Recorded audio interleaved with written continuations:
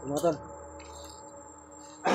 isang mapagpalang gabi ating lahat.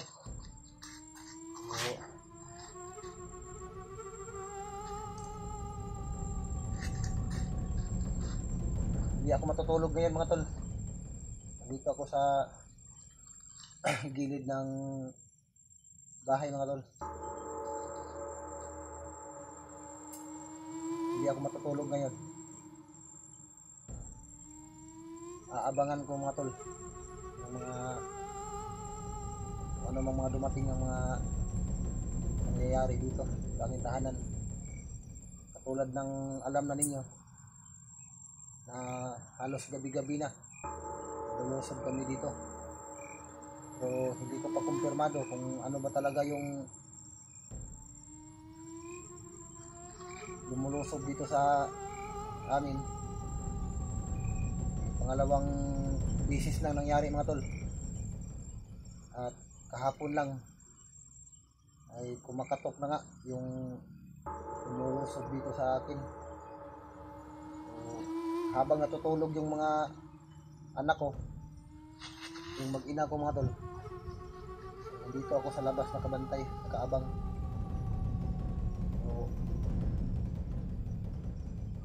huwag kayong mag-alala mga tol, nakahanda ako mga tol kung sakaling anumang dumating.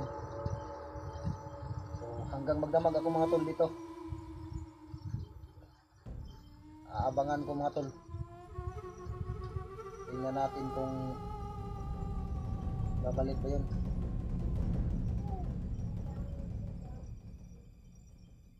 O, yung mga anak ko mga tol nasa loob na, nakasarado na lahat ng hindi madaanan ng bahay ko mga tol. So, hindi ako matutulog ngayon. So, kayang-kaya ko to mga tol, dahil sanay na ako sa ganitong gawain. Ito yung trabaho ko dati mga tol, habang nagpapahinga yung mga tao mga tol, samantalang kami o ako ay nakadilat pa rin yung mga mata para magbantay para sa seguridad ng bawat isa. So, ngayon, para din naman sa kaligtasan at kapakanan ng aking pamilya, ay buong gabi ako magbantay dito mga tol. Kung sakaling bumalik yun, o nakahanda na ako mga tol, may mga inihanda na akong mga panglaban mga tol. So huwag kayong mag-alala sa akin mga tol.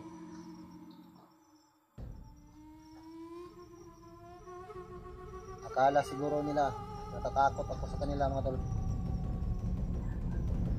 So, antayin natin hanggang sa sumugod sila dito. So dito sa palibot ng aking bahay, mula bakuran hanggang doon sa loob, ay nilagyan ko na ng pangdepensa kung sakaling dumating man sila. So hindi ko na lang sasabihin, basta alam ko yung ginagawa ko mga tol. May mga pangdepensa na akong inilagay dito, dahil walang gate itong tahanan ko. Kung may papasok, dire-diretso lang talaga, dahil walang mga pader, walang kural. Pero may inilagay na ako mga tol.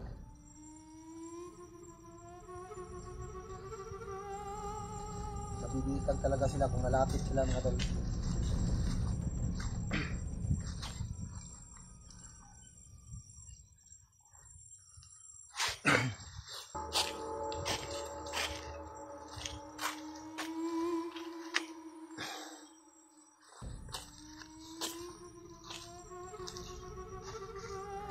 Dito ako banda nakapwesto mga tol, dahil may ilaw.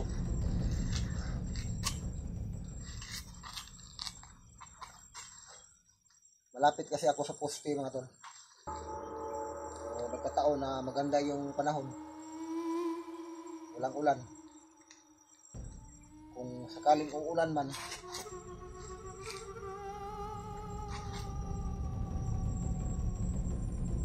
doon na lang ako sa loob pero hindi talaga ako matulog tol.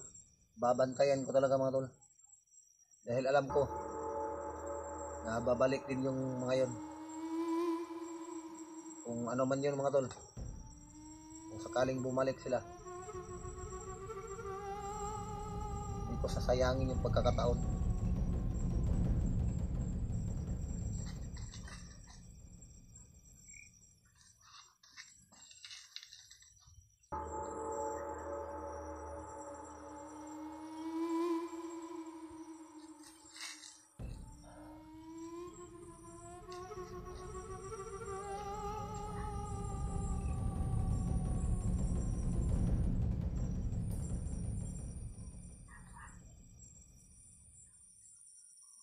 Medyo malamig dito sa labas mga tol, dahil malakas yung hangin. O, sarap sanang magkape, kaso wala tayong kape. So, tubig na lang pang alis antok.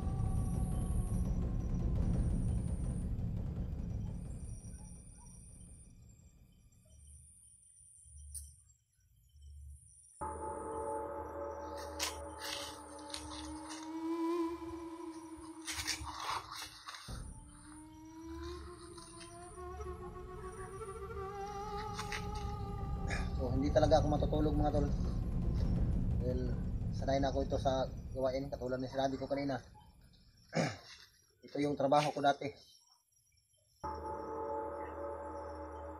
So minsan nga lang kung makaidlit man tayo, makatulog tayo, pero hindi naman sa lahat ng panahon.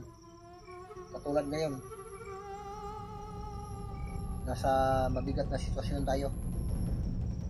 So, critical yung ano natin ngayon. So pagsikapan natin na hindi tayo makatulog hanggang magdamag tayo na magbantay dito sa tahanan ko mga tol.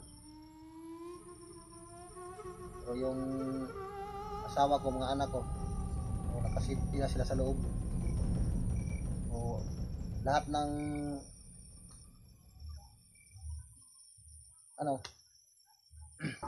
pinapalibutan ko ng pagdepensa itong bahay ko mga tol. So kahit yung dingding mga tol o yung bubong ay hindi talaga nila mahawakan kung sakaling may humawak man.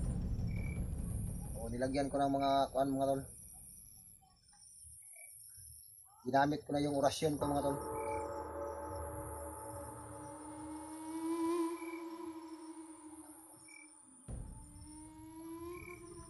So may lihim akong kapangyarihan. So kailangan ko na lang gamitin mga tol.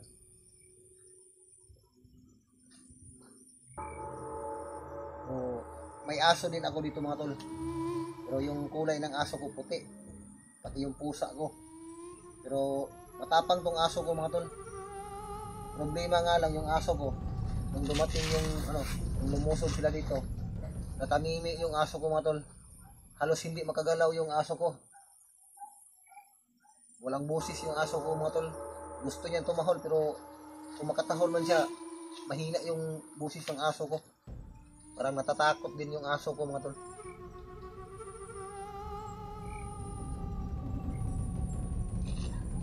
So aabangan natin mga tol.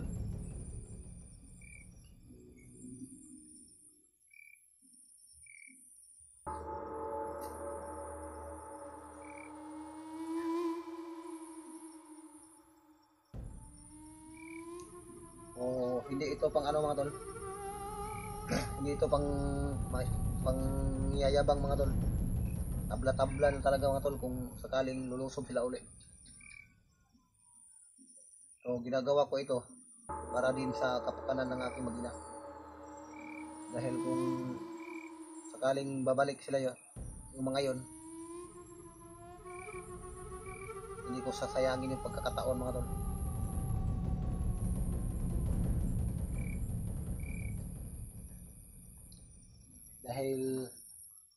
hanggang gabi na kami binubulabog dito mga tol. So kanina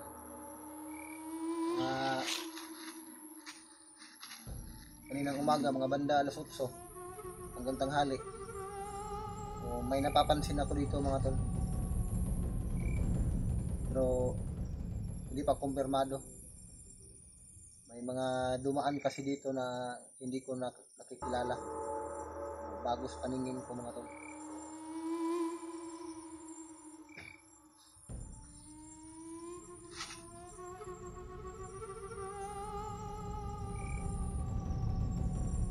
Masyadong malamig yung ano natin mga tol.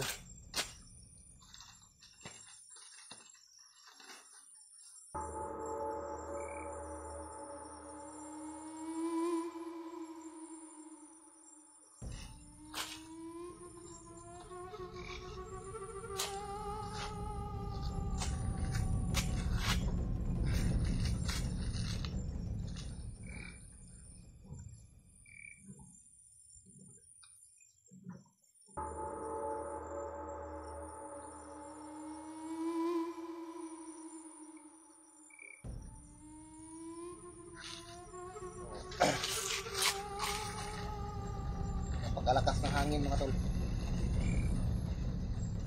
Masyadong malamig.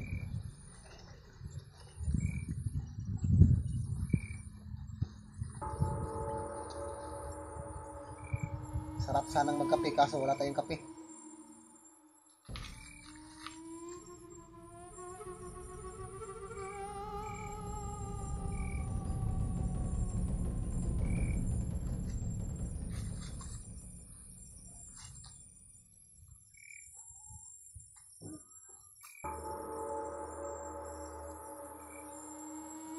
Medyo tahimik na dito sa amin mga tol dahil alas 11 na ng gabi ngayon mga tol.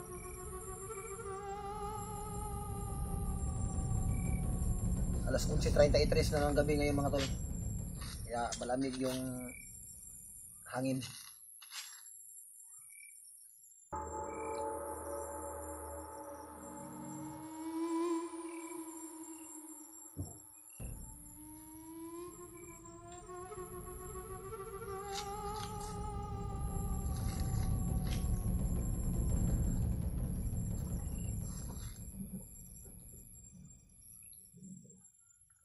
So dito ako nakapwesto mga tol dahil kung doon ako banda medyo madilim doon. So dito ako kung may sakaling may dumating o lumapit so makikita ko kaagad dahil maliwanag dito. Kung doon ako makapwesto sa may madilim so parang agrabyado tayo.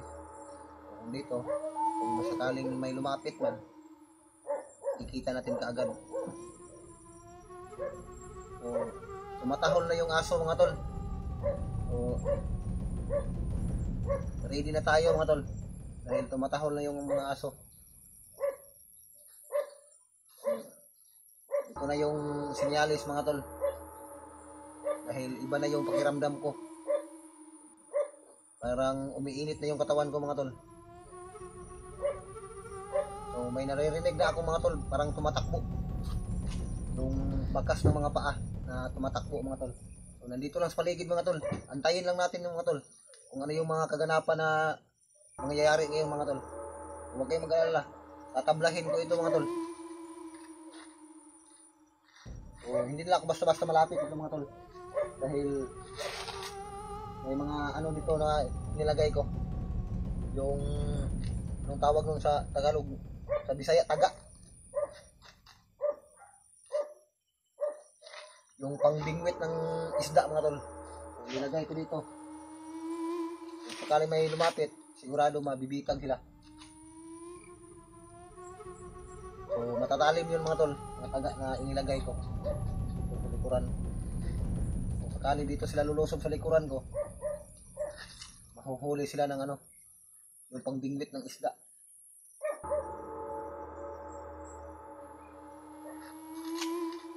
So, dito sa harapan ko mga tol, kaliwat kanan, lalo na sa gitna, kitang kita ko dito lang sa likod, hindi. Pero huwag kayong mag-alala. May inilagay akong pangdepensa dito sa likuran ko. So, ayun mga tol. Umiinit ng katawan ko mga tol.